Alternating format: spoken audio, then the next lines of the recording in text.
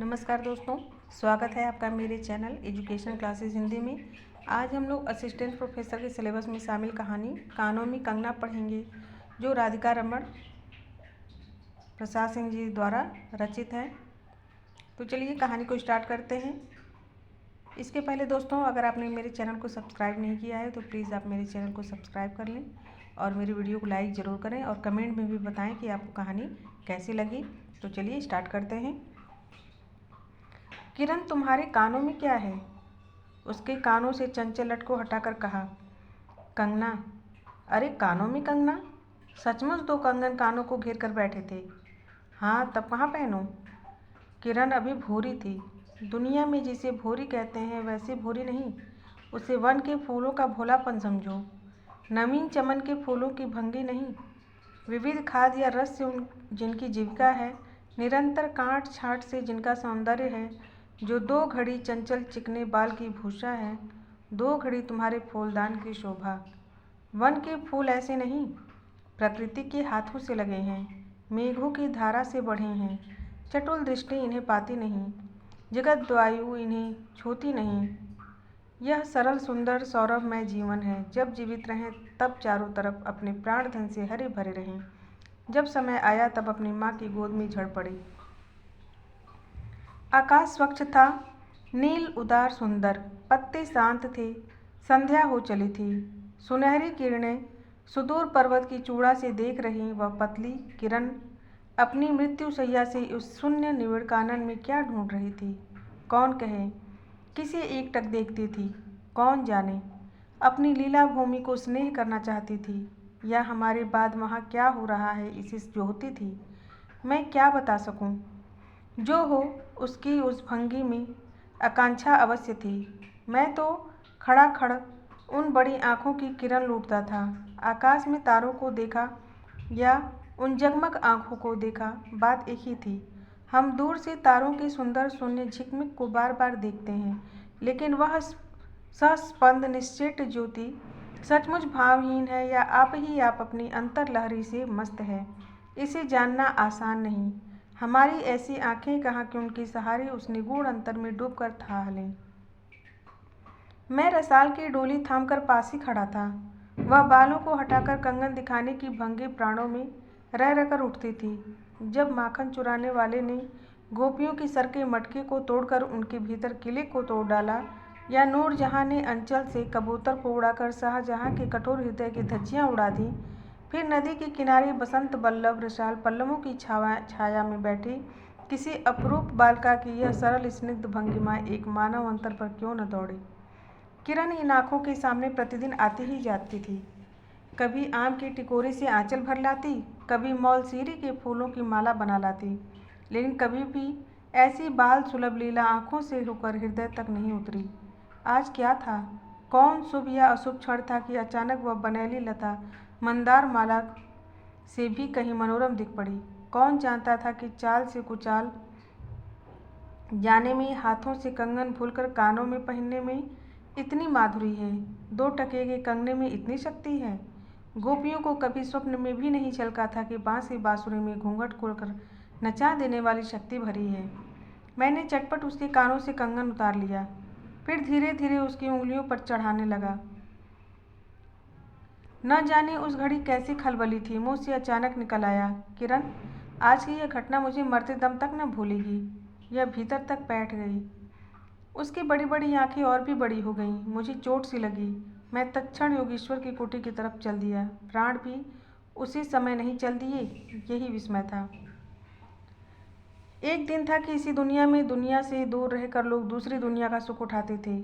हरि चंदन के पल्लवों की छाया भूलोक पर कहाँ मिली, लेकिन किसी समय हमारे यहाँ भी ऐसे वन थे जिनकी वृक्षों के साय में घड़ी निवारने के लिए स्वर्ग से देवता भी उतर आते थे। जिस पंचवटी का अनंत यौवन देखकर राम की आंखें भी खिल उठती थीं, वहाँ के निवासियों ने कभी अमर तरु के फूलों की माला नहीं चाही, मंदाकिनी के छींटों की शीतलता नहीं ढूंढी। नंदनों पवन का सानी कहीं वन भी था। कल्प वृक्ष की छाया में शांति अवश्य है, लेकिन कदम की छैया कहाँ मिल सकती? हमारी तुम्हारी आंखों ने कभी नंदनोत्सव की लीला नहीं देखी, लेकिन इसी भूतल पर एक दिन ऐसा उत्सव हो चुका है जिसको देखकर प्रकृति तथा रजनी 6 महीने तक ठगी रहीं। सत सत देवांगनाओं ने पारिजात के फूलों की वर्षा से नंदन कानन को उजाड़ डाला। समय ने सब कुछ पलट दिया। अब ऐसे वन नहीं जहाँ कृष्ण गोलोक से उतरकर 2 घड़ी बंसी की टेर दें, ऐसी कुटीर नहीं जिनके दर्शन से रामचंद्र भी अंतर प्रसन्न हो, या ऐसे मुनीस नहीं जो धर्म धुरंधर धर्मराज को भी धर्म में शिक्षा दें। यदि 1-2 भूले भटके हों भी, तब अभी तक उस दुनिया का पर्दा नहीं उठा। जगन माया की माया नहीं लगी, लेकिन वे कब तक बचे रहेंगी? लोग अपने यहाँ अलौकिक बातें कब तक होने देंगे? भवसागर के जल तरंगों पर स्थिर होना कब संभव है? ऋषिकेश के पास एक सुंदर वन है, सुंदर नहीं अपरूप सुंदर है। वह प्रमोद वन के विलास निकुंजों जैसा सुंदर नहीं, वरंच चित्रकूट या पंचवटी की महिमा से मंडित है। वहाँ चिकनी चांदनी में बैठकर कनक घुंघरू की इच्छा नहीं होती, वरंच प्राणों में एक ऐसी आवेश धारा उठती है जो कभी अनंत साधना की कुल पर पहुँचाती है, कभी जीव जगत के एक एक तत्व से दौड़ मिलती है। गंगा की अनंत गरिमा वन की निविड़ योग निद्रा वही देख पड़ेगी। कौन कहे वहाँ जाकर यह चंचल चित्त क्या चाहता है, गंभीर अलौकिक आनंद या शांत सुंदर मरण। इसी वन में एक कुटी बनाकर योगेश्वर रहते थे। योगेश्वर ही थे। यद्यपि वह भूतल ही पर रहते थे, तथापि उन्हें इस लोक का जीव कहना यथार्थ नहीं था। उनकी चित्तवृत्ति सरस्वती के श्री चरणों में थी, या ब्रह्मलोक की अनंत शांति में लिपटी थी, और वह बालिका स्वर्ग से एक रस में उतरकर उस घने जंगल में उजेला करती फिरती थी। वह लौकिक मायाबद्ध जीवन नहीं था, इसे बंधन रहित बाधाहीन नास्तिक किरणों की लेखा कहिए। मानो निर्मुक्त चंचल मलय वायु फूल फूल पर डाली डाली पर डोलती फिरती हो, या कोई मूर्तिमान अमर संगीत बेरोक टोक हवा पर या जल की तरंग भंग पर नाच रहा हो। मैं ही वहाँ इस लोक का प्रतिनिधि था। मैं ही उन्हें अलौकिक स्थिति से इस जटिल मर्त्य राज्य में खींच लाता था। कुछ साल से मैं योगेश्वर के यहाँ आता जाता था। पिता की आज्ञा थी कि उनके यहाँ जाकर अपने धर्म के सब ग्रंथ पढ़ डालो। योगेश्वर और बाबा लड़कपन के साथी थे, इसीलिए उनकी मुझ पर इतनी दया थी। किरण उनकी लड़की थी। उस कुटीर में वह एक वही दीपक थी। जिस दिन की घटना मैं लिख आया हूँ, उस दिन सवेरे मेरे अध्ययन की पूर्णाहुति थी, और बाबा के कहने पर एक जोड़ा पीताम्बर, 5 स्वर्ण मुद्राएं तथा किरण के लिए 2 कनक कंगन आचार्य के निकट ले गया था। योगेश्वर ने सब लौटा दिए, केवल कंगन को किरण उठा ले गई। वह क्या समझकर चुप रह गए। समय का अद्भुत चक्र है। जिस दिन मैंने धर्म ग्रंथ से मुंह मोड़ा, उसी दिन कामदेव ने वहां जाकर उनकी किताब का पहला सफ़ा उल्टा।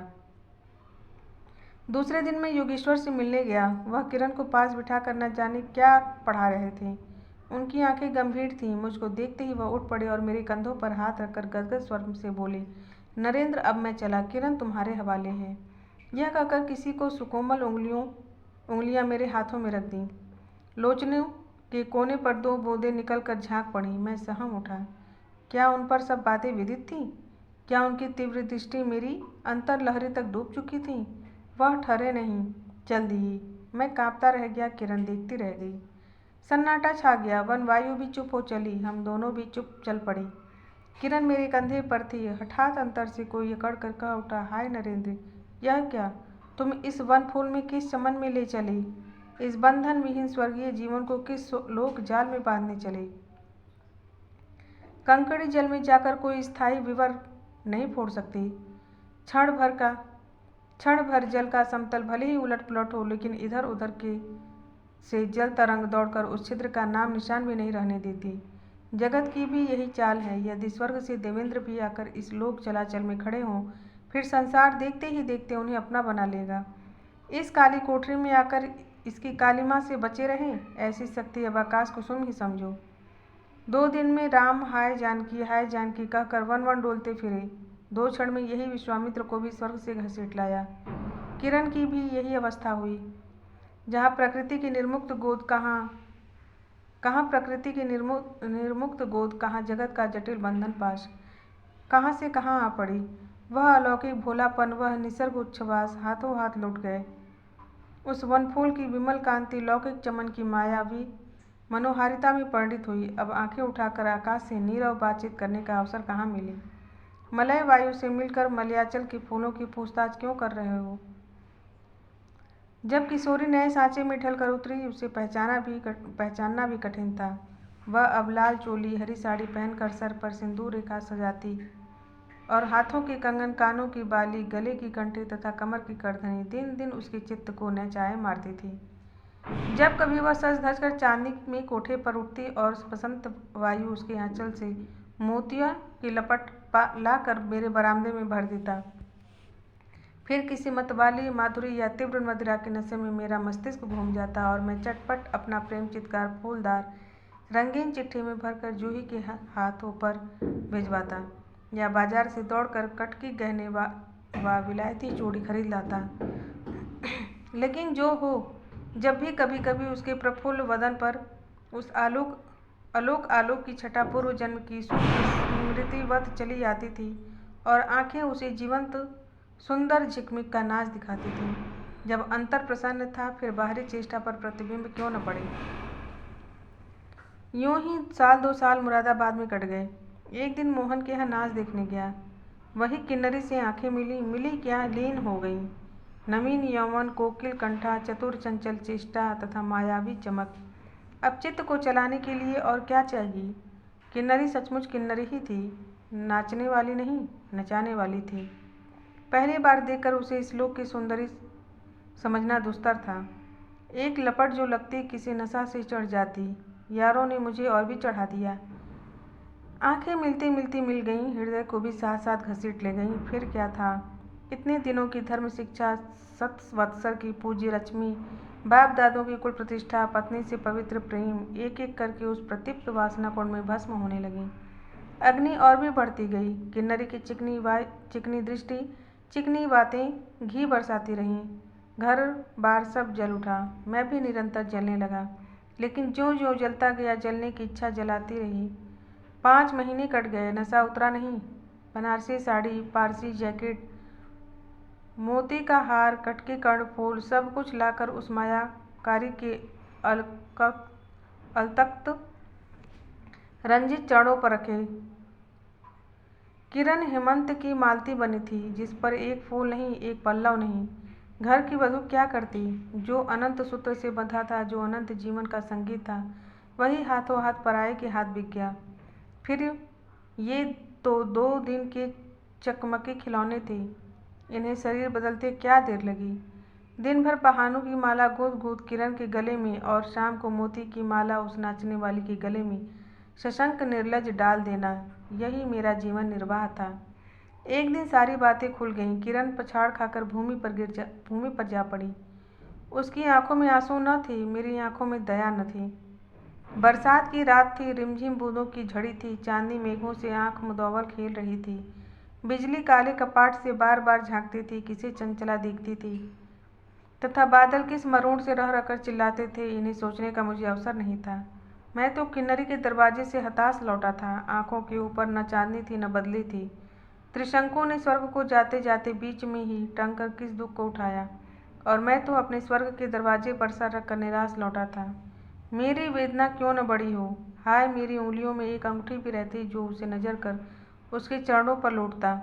घर पर आते ही जूही को पुकार उठा, जूही किरण के पास कुछ भी बचा हो तब फौरन जाकर मांग लाओ। ऊपर से कोई आवाज़ नहीं आई, केवल सर के ऊपर से एक काला बादल कालांत चित्कार के चिल्ला उठा। मेरा मस्तिष्क घूम गया। मैं तत्क्षण कोठे पर दौड़ा। सब संदूक झांके, जो कुछ मिला सब तोड़ डाला, लेकिन मिला कुछ भी नहीं। अलमारी में केवल मकड़े का जाल था। श्रृंगार बक्स में एक छिपकली बैठी थी। उसी दम किरण पर झपटा। पास जाते ही सहम गया।